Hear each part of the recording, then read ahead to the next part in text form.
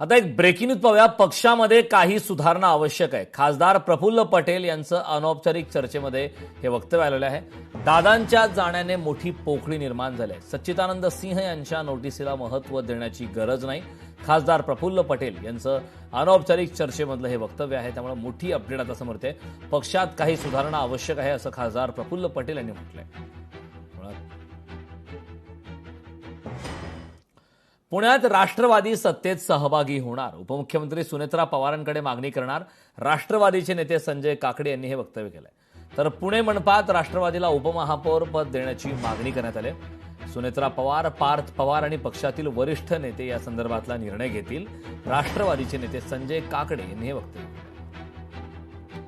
महापालिका आम्ही घटक पक्ष आहोत.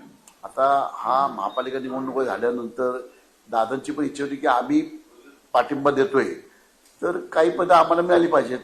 उपमहापौर पद आम्हाला मिळालं पाहिजे, कारण आमचे पण बऱ्यापैकी संख्या 22-23 नगरसेवक नगरसेवक आहेत आमचे.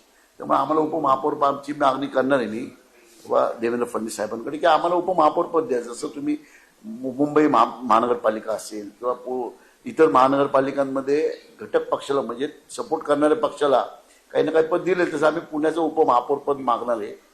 ते काय निर्णय घेतात बघू. बांधकाम कामगारांसाठी सरकारने मोठा निर्णय घेतलाय. बांधकाम कामगारांच्या मृत्यूनंतर कुटुंबाला आता आर्थिक सहाय्य मिळणार आहे. कामगार मंत्री आकाश फुंडकर यांच्याकडून शासन निर्णय जारी करण्यात आलाय. नैसर्गिक मृत्यू झाल्यास कुटुंबाला तब्बल 3,50,000 रुपयांची मदत मिळणार आहे. बांधकाम कामगारांच्या अपघाती मृत्यू झाल्यास कुटुंबाला 6,50,000 रुपयांची मदत दिली जाणार आहे. तर दिव्यांग झाल्यावर कामगारांना 2 लाख रुपयांचं सहाय्य मिळणार आहे. अतिशय महत्वाची अपडेट आहे. कामगार मंत्री आकाश फुंडकर यांच्याकडून शासन निर्णयासंदर्भातला जारी करण्यात आलाय. बांधकाम कामगारांच्या मृत्यूनंतर आता कुटुंबाला आर्थिक सहाय्य मिळणार आहे. त्यामुळे बांधकाम कामगारांसाठी हा सरकारचा मोठा निर्णय आता समोर येतो.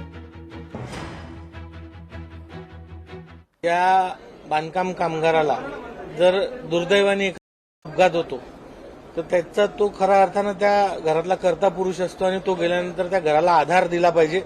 म्हणून आपल्या राज्य सरकारने विशेष करून देवेंद्रजींच्या मार्गदर्शनात आम्ही असा निर्णय केला की पहिले जर नैसर्गिक मृत्यू झाला तर त्याला फार तोडकी मदत होती, तर ही मदत वाढवली पाहिजे.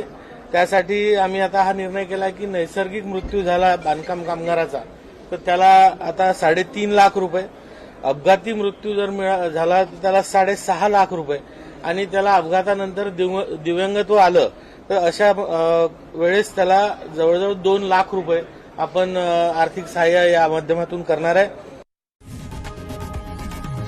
लोकशाही मराठी ऐका, पहा, जागरूक रहा.